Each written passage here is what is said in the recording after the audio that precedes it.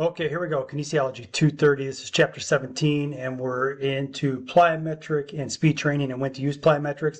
There'll be a little bit of a departure in here in terms of talking about foot action, running technique, etc. And you'll see here in a second what I'm talking about, because you have to think of this in terms of a continuum of movement. You just can't throw somebody into doing 48-inch or 36-inch or even 24-inch box jumps or doing complex type movement patterns without prepping them. You know, it's unfair, quite honestly. You got to prep the body and prep the person for the activity you're going to be doing.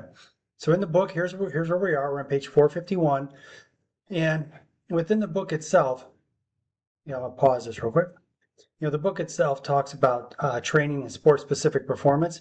And I will tell you that this is a series of videos that I shot for Kinesiology 114. It's a little bit, in the way this loaded in, it loaded in a little bit disjointed. I have to admit, I'd rather have had this load in more simple to complex and have it be like more low level to high level. But I'll kind of pause here and explain a little bit on each one of these as we're going through, because there's 18 different videos. You can also just look me up. You can look up Adrian Fleischer Kinesiology, and you can find all these shorts on my YouTube channel. There's a ton of them. So what we're first doing here is we're talking about reinforcing the contact patch on the ground, and there's a little bit of a foot orientation that I'll talk about later on. But you've already talked with your client or your person regarding toes are up front, ball of the foot, the arch, the ankle, and the heel. And when we're doing a lot of these drills, we're trying to reinforce a movement pattern that's very arch forward. Not to say you won't land flat-footed, you won't land using your whole foot. But when we're delivering force into the ground, we're really trying to focus on delivering as much force as possible into the smallest contact patch as possible. Therefore, you have this the shortest amount of time delivering the force, which makes you therefore more powerful. So what we're doing here is we're just going from a flat-footed position to a pushing through the balls of the foot and going through the big toe. I tend to teach big toe first, and then there's different variations, like you'll see sprint technique later on. You saw in the very first video. And you'll see later on another video regarding sprinting. Sometimes the foot technique is a little bit different when we talk sprinting versus just what we're talking about right now. But for teaching purposes, this is where I always start from. And you'll notice we push up and through the big toe. And we don't go to the outside edges. So what you do here is you try to have your people shy away from being on the outside edge on the pinky side or inverting or supinating. You want them more on the big toe side of the shoe so they get more accustomed to being more linear in their force application. Straight up. Sideways. Straight up. Straight up. So the goal that you have is this. You're trying to deliver force into the ground. Now here's the thing. What you just saw is a very sagittal plank type movement. This is something where we work on the pivot and push movement pattern. Almost every sport, unless it's track, like even when you talk track and field, the field events have a pivot component to it. Track is very straight ahead, very linear when we talk about sprinting and running. But every other single sporting activity requires some type of pivot, and you have to teach your athletes how to be able to pivot on the balls of the feet. We use the blue line here to have the feet side by side, then pivot 90 degrees one direction, then come back. Then you'll notice there's a readjustment where I'm literally, you can't see it, but I look down at my feet, and it's the afferent and efferent side. I'm trying to re-educate my body where my feet are. Readjust, pivot, readjust. With the idea that you want to eliminate these asymmetries. You want to teach your athletes how to be completely symmetrical, both when they do the pivot and when they do the return, because it translates into what you'll see next, which is a squish and push or a push and pivot going sideways with a skip.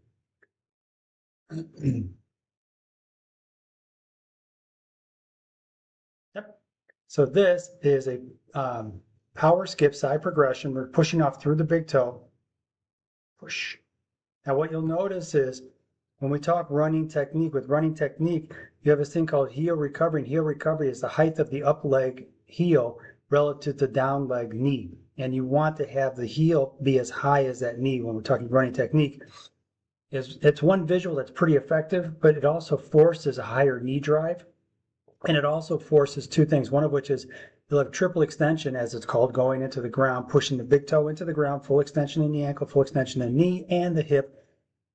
But the high knee position, you teach your athletes to actually drive that knee upwards, or as you'll see in the lateral power skip that we have, you're teaching your athletes to use the leg to be able to create force in the direction you want to go. Now, in this case, we're delivering force more vertical, but in sprinting, you have vertical force application and horizontal force application when you have sprint mechanics. So in this particular drill, what we're after is pushing through the big toe on the downside leg, having good heel recovery mechanics over here, driving the leg up. And then when this leg comes down, you'll see a big push as we do the abduction in terms of like lateral step, first step quickness. That's what we're after in this drill. So this is the more explosive progression version of this. Push, push. Now the tempo on this, what you'll see is a little bit quicker, right? Because we're not doing that power component. It's more about teaching the timing. So the first one you just saw is more about the power component of the actual movement pattern. This is the actual movement pattern itself, but it's the timing side of it. And then we even slow it down a little bit further after this one to do just the movement pattern. But notice we're still in that high knee position, heel by the opposite knee. We're in the ball of the foot here. And we're going to push off through the big toe on the back leg side. Push, push. And we're not going as horizontal on this one. So what you'll see is that force application into the ground becomes a little bit more vertical as opposed to the horizontal that you just saw. Push with good arm mechanics. And this is just a light skip into the movement pattern. That's it. Toe up, toe up. Constantly reinforcing the toe up position. You know, as I'm going through, I have black shoes on and there's a white tip on them. You should be able to see the white tip on these as we're doing some of these drills. So this is a pivot and push. So if you recall the pivoting on the blue line that we started off with, 90 degrees coming back, 90 degrees coming back, that translates into the skill. But what I want to point out is this, and I note it in another presentation. When they talk about the core and the midsection that needs to be rigid and needs to be stable, etc., in some regards, okay, sure, maybe to a certain degree, right?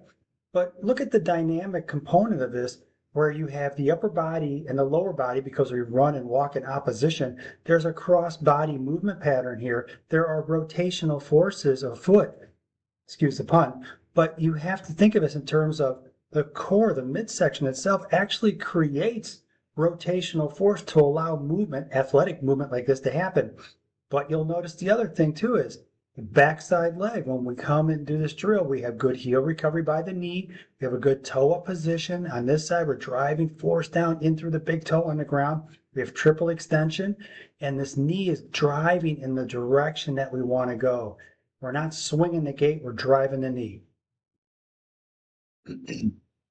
We'll go from this to a light skip. And this ends up being a little bit more like the timing like we saw before, and that's also teaching the hip mobility on a lower intensity. And same thing, you can see there's that dynamic in terms of driving the big toe into the ground, pivoting, driving the back leg side across. We have cross-body movement patterns that work across the torso. And this is just a squish and push movement pattern. Push, squish.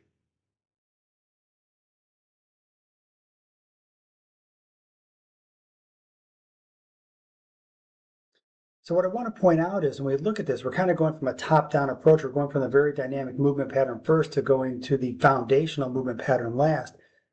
The mechanics are the same. It's the timing and the force production and the force application that has changed as we've brought this down to the more regressed exercise movement pattern.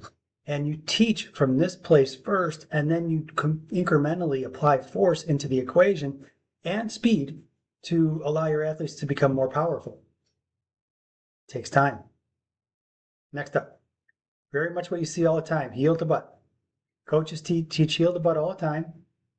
And you'll notice as I'm doing the heel to butt on the previous one, there is a good amount of heel action.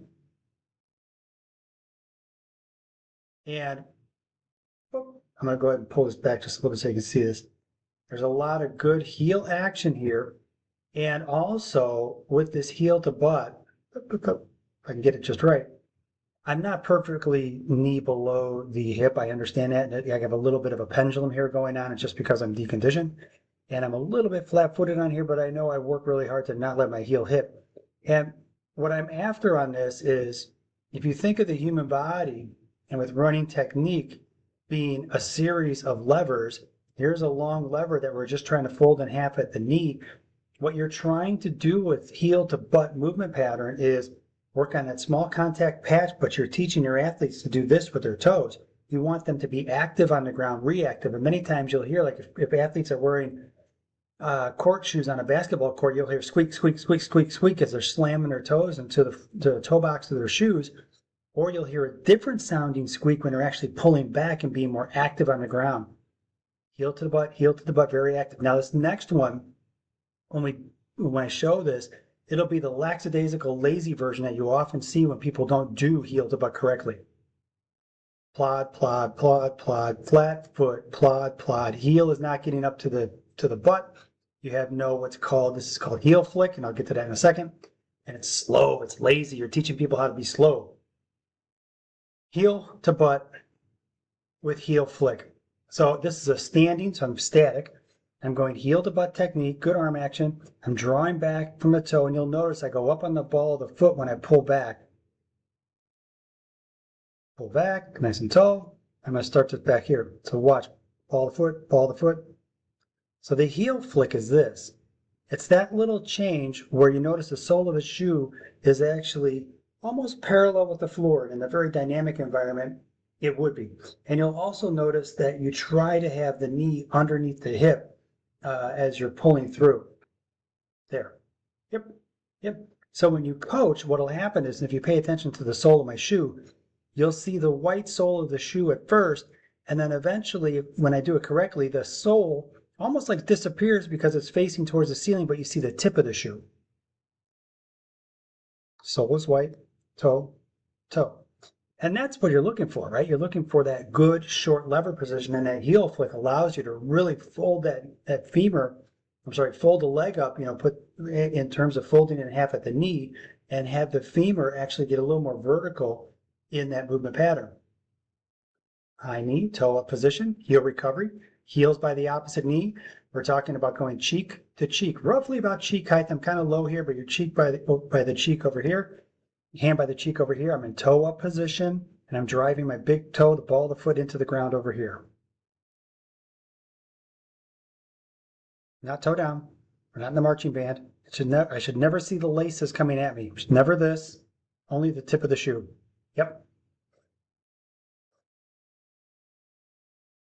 Now what you just saw was a light skip movement pattern, and that light skip movement pattern teaches a timing, and you have a high knee position, you have the high knee position, that's fast. You have the high knee position as you're doing the light skip. But if you look at this and you think about what we're talking about in this chapter, these drills, when you do them, they're very much like a low-level plyometric exercise.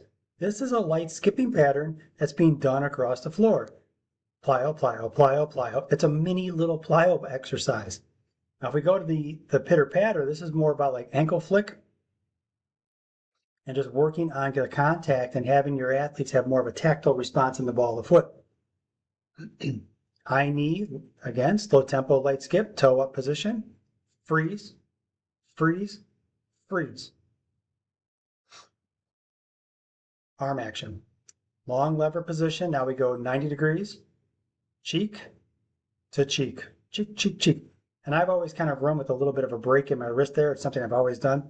You'll see athletes, they'll do like I'm holding a pigeon or holding a couple pennies in my index finger or my thumb, whatever works for you. I've always run with this type of technique with a little bit of break in my wrist on the backside. Just quirky. It's what I've always done my entire life. I can't explain it. So, and I want to point this out real quick. If you just take a moment and watch my feet, notice how we're pretty symmetrical here.